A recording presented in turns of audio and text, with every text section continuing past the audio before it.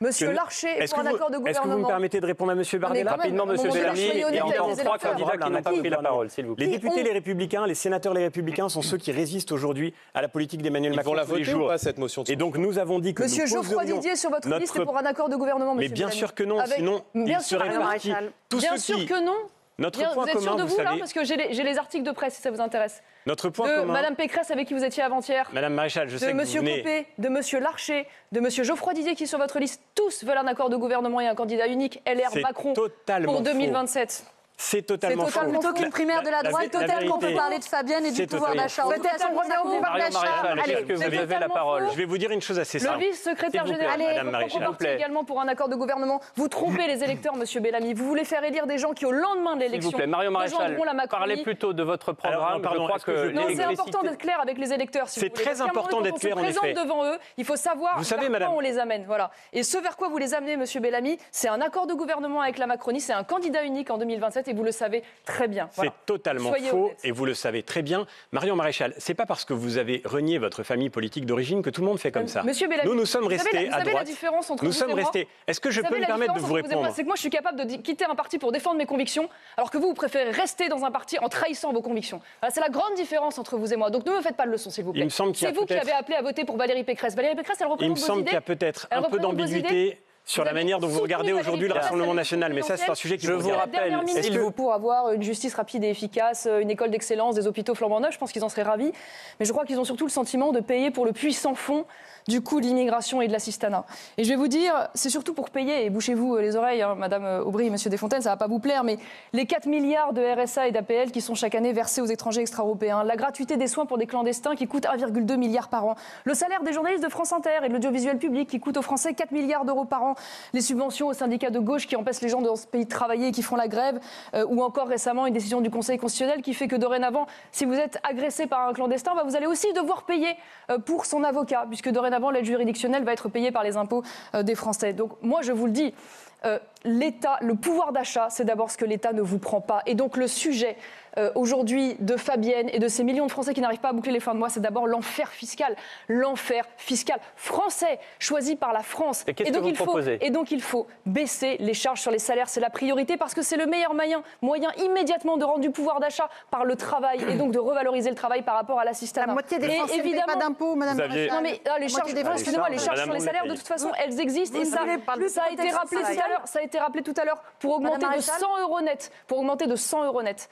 Un salarié célibataire au SMIC après impôt, eh bien il faut que l'employeur paye 483 €. Voilà, il est là le sujet. Maintenant, évidemment que l'Union européenne aggrave la situation et il ne faut surtout pas, comme le souhaite Madame Ayé et ses alliés, demain créer une dette européenne et des impôts européens qui s'ajouteraient aux impôts français. Il faut évidemment ne pas prendre les décisions comme celle de l'imposition de la fin des voitures à moteur thermique à partir de 2035, neuves j'entends, parce que c'est le saccage de 100 000 emplois industriels possibles. Et il faut évidemment, et j'en finirai par là, faire les bons choix énergétiques, ceux qui sont à la fois efficaces et moins coûteux pour les Français et qui feront en sorte que demain, eh bien, les 30% de taxes qu'ils payent sur leur facture d'électricité ne soient pas d'abord orientés vers le renouvelable, c'est-à-dire l'éolien et le solaire, mais d'abord vers le nucléaire. Vous le saurez. Marion Maréchal.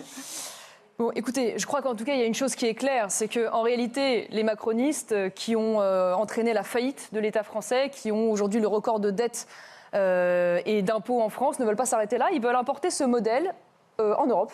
Et donc, il prévoit en effet demain une dette européenne qui serait financée par des impôts européens qui viendraient donc s'ajouter évidemment à la fiscalité française. Mais le projet d'Emmanuel Macron, il ne s'arrête pas là, puisque c'est d'ailleurs le grand enjeu de ces élections européennes. Permettez-moi d'élargir un petit peu, puisque Emmanuel Macron et ses alliés, ils veulent un super État fédéral européen. Ils veulent un président de l'Union européenne.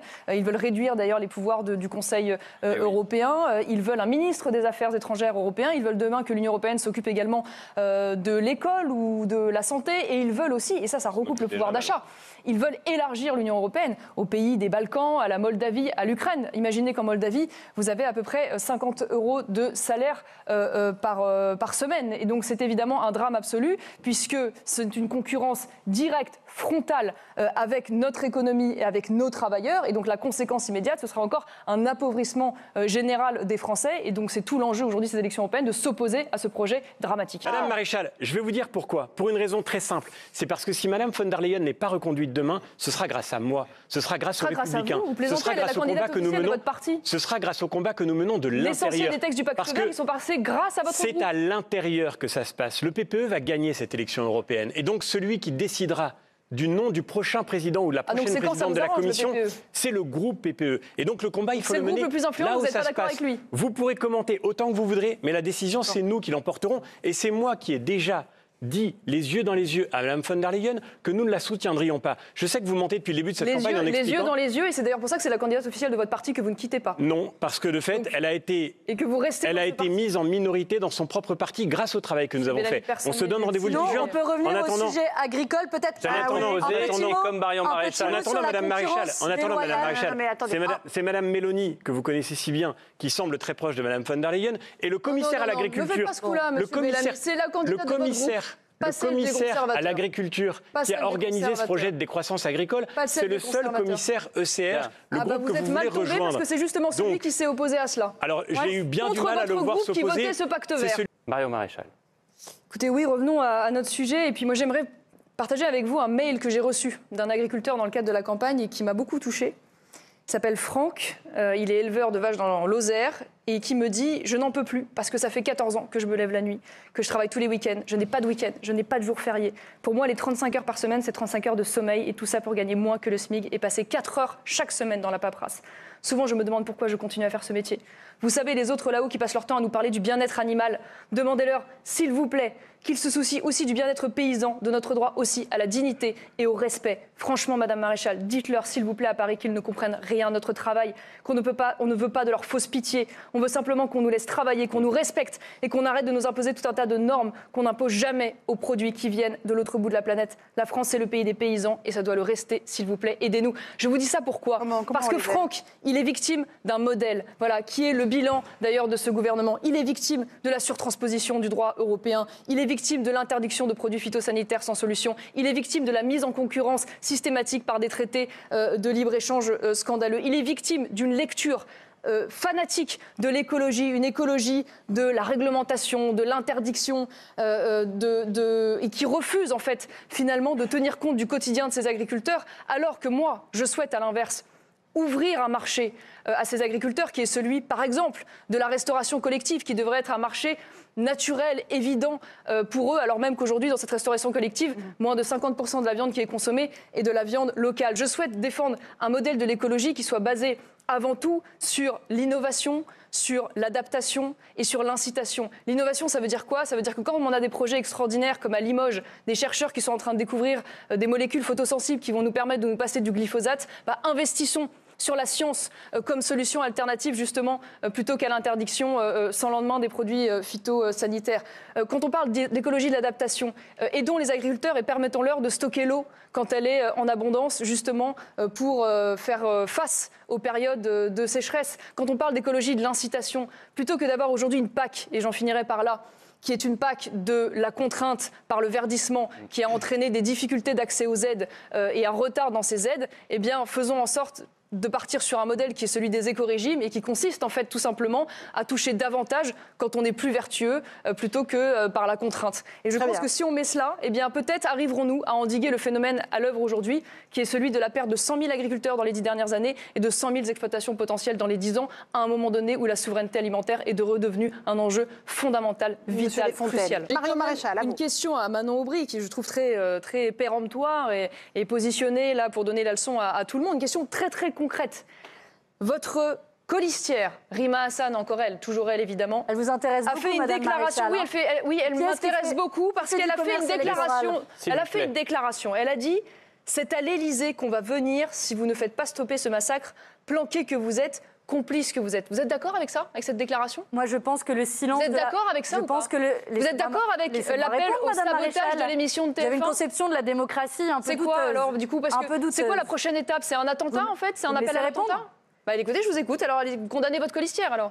L'inaction de la France, oui, complice, Madame Maréchal. D'accord, donc vous êtes d'accord quand la France pour appeler les gens à faire des émeutes, à saboter des émissions de télévision? Non, ça s'appelle des manifestations et à aller marcher sur l'Élysée. Je sais que vous n'aimez pas beaucoup la démocratie, mais en démocratie, on a le droit de manifester, Madame Maréchal. Vous êtes contente de vous quand vous déclenchez des émeutes dans lesquelles on voit l'extrême gauche violente aller aux racailles de cités qui sont fanatisées par l'islamisme et par vous? Vous êtes contente de ça? Ça y est, on a eu toute la logorée raciste, c'est bon? C'est bon, c'est terminé, Madame Maréchal? Vous êtes contente quand il y a une explosion de 1000% des actes antisémites? Vous êtes contente quand il y a des tentatives d'incendie de synagogue? Vous êtes contente quand il y a des femmes qui se font séquestrer, violer pour venger la Palestine? Ça vient de faire vous mélangez des émissions. Vous mélangez tout. Alors, vous mélangez tout. Parlons de sauver des vies en Israël et en Palestine. Et je vois que vous êtes bien loin de ça, Madame Maréchal. Vous vous rendez compte de la dialogue stérile? Marion Maréchal, cette position. Oui, écoutez, moi, je suis très inquiète de voir un gouvernement aujourd'hui qui, en effet, participe activement à une escalade guerrière. Au début, on nous avait expliqué que c'était d'abord des armes défensives, puis maintenant des armes offensives, et puis maintenant on nous explique que des armes françaises pourraient aller frapper sur le sol russe avec toutes les conséquences que l'on connaît, c'est-à-dire potentiellement à un moment donné quand même une riposte russe. Voilà, et d'une Russie qui considérait que dorénavant la France est cobelligérante et qu'elle est donc en guerre directement avec la Russie. Moi, je considère que vouloir soutenir l'Ukraine, notamment comme je le défends avec soutien humanitaire, logistique, financier, ne signifie pas et ne doit pas signifier faire la guerre à sa place et rentrer en guerre avec la Russie. Et puis permettez-moi quand même... Donc on ne bombarde pas les bases russes avec nos armes? Non, évidemment, par responsabilité et par souci des intérêts des Français. Et on n'envoie pas de troupes non plus. Maintenant, je vais vous dire, moi, je dirais pas que je m'amuse parce que le sujet est trop grave pour s'en amuser, mais je n'ai aucune confiance dans un gouvernement qui, en même temps, a des élans bellicistes et qui est absolument incapable déjà d'assurer la paix civile et la sécurité sur le sol français. Alors même qu'aujourd'hui, en Nouvelle-Calédonie, nous avons un territoire français qui est au bord de la guerre civile et que la paix et la protection des citoyens n'est toujours pas revenue, alors que nous sommes un pays gangréné par le narcotrafic. Moi-même, il y a quelques jours, j'étais à Marseille, je suis rentrée dans ces cités et j'ai vu des dealers nous contrôler à l'entrée et nous poursuivre à coups de barre de fer. Parce que c'est ça aujourd'hui, quand ce n'est pas des règlements de compte qui durent parfois près de 50 minutes comme à Rennes, aux armes de guerre. On voit aujourd'hui l'explosion de la criminalité avec, ça vous a peut-être échappé, mais un deuxième Crépol. Là encore en Isère, avec un bal d'agriculteurs, excusez-moi, mais qui a été attaqué par des jeunes de cité, une fois de plus, avec un jeune homme qui s'est fait lyncher. Donc ne me faites pas dire qu'un gouvernement qui n'est déjà pas capable de répondre à ces problématiques sur ce sol sera capable demain d'aller faire la guerre. Même s'ils nous vendent, évidemment, l'armée européenne, la défense européenne. Alors c'est extrêmement Vous n'y croyez pas? Vous n'y croyez pas je n'y crois pas et je ne le souhaite pas. Pour moi, la défense, l'armée, comme la diplomatie, doivent rester des compétences exclusives de notre souveraineté et évidemment de la France. Et je vais vous dire, si vous voulez améliorer la défense européenne, eh bien la meilleure solution, plutôt que de vendre des illusions et des utopies d'armée européenne qui ne feraient que nous affaiblir et nous déposséder de notre droit à décider, eh bien renforçons d'abord l'armée française, consacrons 3% du PIB à l'armée, mettons en place des commandes publiques pour l'industrie militaire qui leur permettent d'avoir de la visibilité, relocalisons des filières stratégiques comme celle des munitions par exemple, et faisons en sorte de produire davantage de matériel européen en Europe. Parce que sur les 2 dernières années, il faut le savoir, près de 80% du matériel qui a été acheté par des Européens était du matériel extra-européen. Donc il faut faire en sorte que, en effet, ces crédits soient d'abord consacrés évidemment au matériel européen. Et c'est aussi un enjeu de souveraineté. Parce que je vous donne juste une illustration.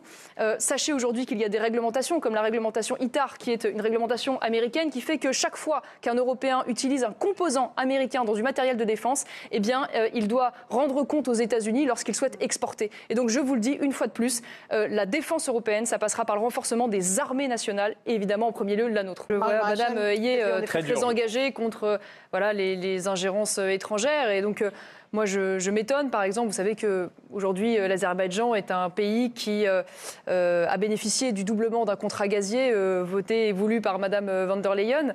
C'est un pays aujourd'hui qui tente de déstabiliser un territoire français. On sait ses liens aujourd'hui, son soutien aux organisations indépendantistes. Et pour autant, on a quand même dans notre gouvernement une ministre, Madame Dati. Vous parlez de la Nouvelle-Calédonie.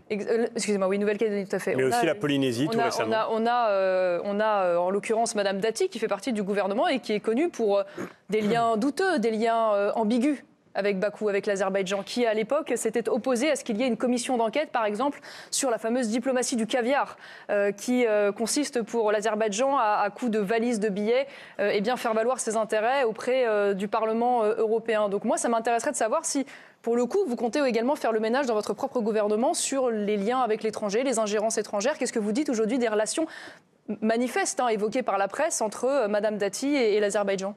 Je ne sais pas de quoi vous me parlez. Vous ne savez pas de quoi vous parlez. Vous êtes la dernière au courant. Je suis absolument sûre, c'est qu'effectivement, en Nouvelle-Calédonie, vous êtes la dernière au courant, il y a des ingérences de la part de l'Azerbaïdjan, de la part de la Russie, de la part de la Chine, et que c'est absolument inadmissible qu'on soit attaqué sur notre propre territoire. Et donc on lutte. Comment on lutte avec des ministres aujourd'hui qui manifestement sont avec une stratégie de lutte contre les ingérences. Marion Maréchal, quel est votre point de vue ? Oui, écoutez, j'en ai parlé tout à l'heure, mais moi je constate à l'inverse que l'opération XXL que nous avait vendue Gérald Darmanin à Place Nette est en réalité une vaste escroquerie. Voilà, une opération de communication qui a fait son effet quelque temps et qui, une fois évidemment les policiers démobilisés, a laissé de nouveau place à la gangrène du narcotrafic. Et je le rappelle une fois de plus, je vous assure que quand vous arrivez dans un territoire français à l'entrée d'une barre d'immeuble et que vous avez des types cagoulés qui vous accueillent à coups de barre de fer parce que vous avez une caméra, vous vous dites mais comment c'est possible ? Ils vous font contrôler, ils ouvrent les contrôles avec des caddies ou avec des palettes pour savoir qui rentre et qui sort. Et ça, c'est en plein jour, de manière totalement décomplexée. Mais vous pensez que les policiers ne font pas bien leur travail, Madame Maréchal ? Je ne crois pas du tout. Moi, je veux dire, j'ai échangé avec les policiers de Marseille, de Bac Nord et de Bac Sud. Ils me disent quoi ? Ils me disent, le problème, c'est que vous pouvez mettre autant de policiers dans la rue que vous voulez. Si derrière la réponse pénale n'est pas au rendez-vous, ça ne servira à rien. On vide l'océan à la petite cuillère. Ils me disent qu'ils ont une procédure pénale trop lourde, trop complexe, qui n'est pas adaptée. Ils n'arrivent même pas à pouvoir poser des balises dans les temps. C'est évidemment des contraintes extrêmement lourdes pour pouvoir y arriver. Je vous assure que c'est vrai. J'étais à côté d'un policier qui m'expliquait qu'il n'avait pas les outils numériques adaptés. Il me montrait avec son téléphone sur WhatsApp des fils sur lesquels on voyait de la vente en direct de drogue et d'armes de manière totalement ouverte et décomplexée. Ils n'ont pas les moyens de fermer cela. Et juste, je finis là-dessus. Et il me disait aussi, chose très importante, qu'aujourd'hui, l'immigration clandestine est un vivier de recrutement privilégié aujourd'hui pour le narcotrafic, en particulier les mineurs isolés. Dans le quartier des Moulins, le préfet des Alpes-Maritimes parle de 70% de dealers qui sont arrêtés, qui sont des mineurs étrangers clandestins. Donc quoi faire par rapport à cela ? Déjà, s'étonner ou s'indigner plutôt d'avoir un ministre de la Justice qui, après le témoignage de ces magistrats à Marseille, qui expliquaient que nous étions en train de perdre la guerre, au lieu d'apporter une réponse, est allé à Marseille se précipiter pour les réprimander et les faire taire. Voilà, parce qu'il ne faut surtout pas savoir. Il faut mettre la poussière sous le tapis. Au-delà de l'indignation. Moi, je vais vous le dire, ce que je défends depuis des mois, c'est un droit d'exception adapté aujourd'hui à ce narcotrafic et à cette criminalité très particulière qui est en train de corrompre de très nombreux échelons aujourd'hui administratifs. Et il faut pour cela s'inspirer des lois anti-mafia italiennes. Et donc ça veut dire quoi ? Ça veut dire des tribunaux spécialisés dans le trafic de drogue, ça veut dire des conditions de détention spécifiques pour les narcotrafiquants avec aucun contact à l'extérieur et certainement pas les cours de surf là, ou de balade au château de Versailles comme on a vu encore récemment pour les délinquants. Ça veut dire évidemment taper beaucoup plus dur dans le porte-monnaie de ces dealers et donc pouvoir capter leurs biens, y compris de manière préventive durant l'enquête, de manière beaucoup plus importante. Ça veut dire également faciliter les fermetures administratives de ces commerces qui aujourd'hui blanchissent de l'argent, là encore, y compris de manière préventive durant les enquêtes. Bref, finalement, avoir une véritable un arsenal judiciaire adapté, mais je crains malheureusement quand on a un ministre de la Justice qui se fait applaudir dans les prisons par les détenus, on est encore loin du compte. Marion Maréchal, les deux rives de la Méditerranée. Des conséquences concrètes aujourd'hui de la politique voulue par M. Desfontaines, puisque M. Desfontaines, il appartient au Parti communiste. Eh bien, le Parti communiste, c'est le parti qui s'est mobilisé publiquement en 2014 pour s'opposer à l'expulsion de la famille des Tchétchènes islamiques Morouchkov. Madame Maréchal, vous me parlez... le refus... Non, je sais ce que vous allez dire. Vous allez dire on se trompe de famille et tout. Vous allez séparer, mais attendez, je ne peux pas la laisser me mettre en cause de la sorte. Eh bien, je répondrai directement. Allez-y, Madame Maréchal. L'opposition du Parti communiste à l'époque a abouti, par des années après, à la mort de Dominique Bernard, parce qu'il se trouve que c'est l'un des enfants de cette famille qui aurait dû être expulsé, et bien qui a tué ce professeur et Dominique Bernard. Voilà les conséquences aujourd'hui de votre... Ah oui, l'indignité, c'est ce communiqué de presse. La réalité, c'est que... Communiqué de presse de votre parti qui s'oppose à l'expulsion de cette famille islamiste tchétchène et qui finira avec la mort de Dominique Bernard. Très bien, Madame Maréchal, vous me parlez d'un événement qu'il y a eu à 10 ans. Moi, concernant un enfant de 7 ans, je vais vous parler d'un événement qu'il y a eu il y a 10 jours. Madame Mélanie, excusez-moi, Maréchal, c'est un lapsus révélateur. J'ai vu ces affiches où, à côté de vos affiches de Marion Maréchal Le Pen, on voit des affiches disant « Donnons un avenir aux enfants blancs ». Madame Maréchal, vous défendez, vous faites la promotion de la race aryenne pendant cette campagne européenne. Ce ne sont pas mes affiches. J'ai porté plainte. Par contre, ça, c'est votre communiqué. Quelle plainte vous avez porté? Quelle plainte? J'ai porté plainte. Ça, c'est votre communiqué. Je vais à l'endroit si vous voulez. La réalité, c'est que ces affiches, elles existent. Je vous le laisse si vous voulez. Et ça, c'était il y a 10 jours. Il y a 10 jours, Madame Maréchal, des affiches à côté. Est-ce que ce sont vos affiches ou pas? Soyons clairs. J'ai porté plainte. À quel moment? Ah bah, vous avez porté plainte. J'ai vu votre communiqué. J'ai vu votre communiqué où vous demandiez juste que ça ne rentre pas dans votre campagne. Qu'est-ce que vous proposez fort, vous pouvez hurler, cela n'enlèvera rien au fait de votre responsabilité. Votre parti est responsable de la mort de Dominique Bernard. Voilà, c'est vous. Vous vous êtes opposé à cette famille islamiste. Cela a entraîné la mort d'un professeur. C'est honteux ce que vous faites. Et nous sommes laïcs, contrairement à vous, du matin au soir et du soir au matin. Nous avons, avec Fabien Roussel, proposé des mesures fortes pour défendre la laïcité. Nous avions proposé, par exemple, l'interdiction des écoles hors contrat. Vous savez, ces écoles qui aujourd'hui ont des séparations. Bien sûr que c'est la priorité. Parce que ces écoles hors contrat, justement, elles permettent de faire pulluler l'islamisme aujourd'hui sur notre pays. Vous savez, ce sont ces fameuses écoles aujourd'hui qui font la séparation entre les filles et les garçons, qui révisent justement notre histoire. Pourquoi vous avez refusé de soutenir cette proposition? Est-ce qu'on peut en revenir? Moi, je défends l'école privée. Est-ce qu'on peut en revenir à J'aimerais bien même que l'école publique ait la même excellence et les mêmes résultats que l'école privée. Oui, vous, je sais, vous défendez systématiquement les écoles comme Stanislas qui mettent en place le séparation. Oui, je défends l'excellence de Stanislas. Allez, faut avancer parce que... Absolument, monsieur Desfontaines. Madame Maréchal... L'école Stanislas, c'est un bel exemple de promotion d'une élite sociale. Contre l'islamisme dans l'école publique, en effet, contrairement à vous. Madame Maréchal, appelé à saboter des émissions de télévision et à marcher sur les que l'on puisse s'exprimer, Madame Maréchal. Je sais que vous faites la promotion de la race aryenne. Peut-être que je n'ai pas la bonne couleur de peau pour vous, Madame Aubry. Peut-être que je n'ai pas la bonne couleur de peau, Madame Maréchal. Madame Maréchal, supportez la démocratie. Ne me donnez pas des leçons de dignité. Madame Maréchal, supportez la démocratie. Ne me donnez pas des leçons de dignité et ne diffamez pas. Madame Maréchal. Celle qui aujourd'hui marche aux côtés Madame Maréchal, ok, je suis un peu bronzée, j'ai le droit de parler. J'ai le droit de parler, Madame. Mais c'est ça votre vision de la démocratie? Non, je vous laisse pas parler pour dire n'importe quoi. Vous avez le droit de répondre. Vous avez le droit de répondre, Madame Maréchal, mais j'observe qu'à la fois avec Léon Defontaine et avec moi, vous vous comportez de la même manière. Non, je réponds parce que vous dites n'importe quoi. Madame Maréchal, je vais essayer de répondre. Marion Maréchal. Écoutez, moi, il y a un mot qui me semble absent du débat depuis tout à l'heure, alors que c'est une des conséquences majeures et essentielles de l'immigration, et c'est l'une des raisons pour lesquelles j'ai fait d'ailleurs de ce sujet une priorité dans ma campagne, c'est le mot islamisation. Parce qu'il faut savoir qu'aujourd'hui, les 3/4 des immigrés qui bénéficient d'un primo-titre de séjour viennent de pays musulmans, pour les 20 premières nationalités. Et les conséquences, elles sont très concrètes dans le quotidien des Français qui se sentent dépossédés de leur culture et de leur identité dans de très nombreux territoires. C'est plus 1000 nouveaux magasins halal en France l'année dernière. C'est plus 50% de femmes voilées en 10 ans. C'est 1000 fois plus de mosquées en France qu'il y a un siècle. C'est une police islamique des mœurs qui s'installe insidieusement dans nos écoles, dans nos quartiers, avec des jeunes filles qui se font lyncher parce qu'elles refusent de porter le voile à l'école ou parce qu'elles ne respecteront pas le ramadan. C'est à Bordeaux un homme qui a été tué pour avoir bu une bière dans l'espace public au moment du ramadan. Bref, la politique irresponsable de ce gouvernement qui détient le record, évidemment, d'immigration, à la fois d'ailleurs légale et illégale, c'est l'alimentation des prémices d'un conflit de civilisation avec la civilisation islamique sur le sol français. Parce que je le dis, et je vous le dis très sérieusement, si nous continuons comme cela, nous prenons le risque qu'un jour l'islam soit majoritaire en France. Et si l'islam un jour est majoritaire en France, eh bien ça en est fini de la liberté des femmes, ça en est fini de la liberté de conscience, ça en est fini de la liberté d'expression. Regardez déjà ce qui se passe dans nos écoles publiques, en l'occurrence pour l'essentiel, où il y a des professeurs qui n'osent plus enseigner la Seconde Guerre mondiale, qui n'osent plus prononcer le mot juif lorsqu'ils parlent de la Seconde Guerre mondiale, qui n'osent plus montrer des œuvres picturales parce qu'il y a des représentations de nus, parce qu'ils n'osent plus même faire respecter la mixité dans les cours de sport. Voilà, et bien ça, cette accumulation de ce qu'on appelle aujourd'hui des faits divers deviendra notre quotidien. Donc je vous le dis, évidemment que l'une des premières raisons pour lesquelles il faut aujourd'hui stopper l'immigration, c'est celle-ci, le grand remplacement et le basculement culturel. Et donc, c'est pour ça que je défends, moi, un programme qui consiste en une triple frontière et qui veut, dissuader, bloquer, expulser, mais aussi, attaquons-nous, à travers ce sujet de l'islamisation, aux organisations qui ont pour projet revendiquer la conquête islamique de l'Europe, projet public, nous convertir ou nous soumettre. Je pense aux frères musulmans. Aujourd'hui, les frères musulmans, sachez-le, sont par diverses associations financées par la Commission européenne, l'association Fémiso, l'association islamique Relief, le ministre de l'Intérieur, alors qu'on connaît aujourd'hui la gravité de ces ramifications en France et leur dangerosité, se contente de promettre un rapport. Il laisse ouvert, par exemple, l'Institut européen des sciences humaines qui, dans le Morvan, est l'école des frères musulmans.